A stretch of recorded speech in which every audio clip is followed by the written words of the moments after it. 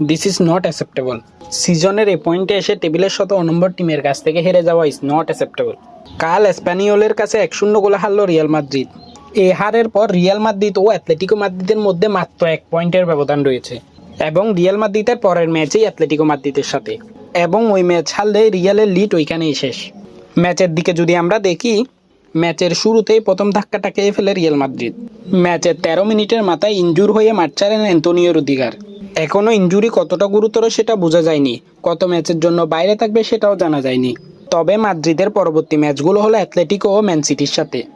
এইসব ম্যাচে যদি রুদিগার না থাকে তাহলে তা মাদ্রিদের জন্য এক বিরাট লস হবে।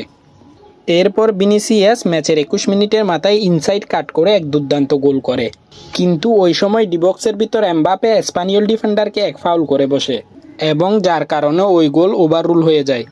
তবে ম্যাচের সবচেয়ে কন্ট্রোভার্সিয়াল ডিসিশনটা আসে ম্যাচের 59 মিনিটের মাথায়। মাদ্রিদ এক কাউন্টার অ্যাটাক করার সময় এমবাপেকে এক ফাউল করে স্প্যানিয়ল ডিফেন্ডার, এবং ওই সময়ের সিচুয়েশনটা দেখুন, এ ফাউল না করলে ইজিলি বল নিয়ে চলে যেত এমবাপে, হয়তো গোলও করতে পারতো। এরকম সিচুয়েশন এমন ডেঞ্জারাস ফাউল করা যেখানে বলের সাথে কোনো কন্টাক্টই নেই, এটা লাল কার্ড খাওয়ার যোগ্য কিনা আপনারা নিজেরাই বলুন। বাট বিএআর চেক করার পরও রেফারি সেখানে লাল কার্ড না দিয়ে দেয় হলুদ কার্ড।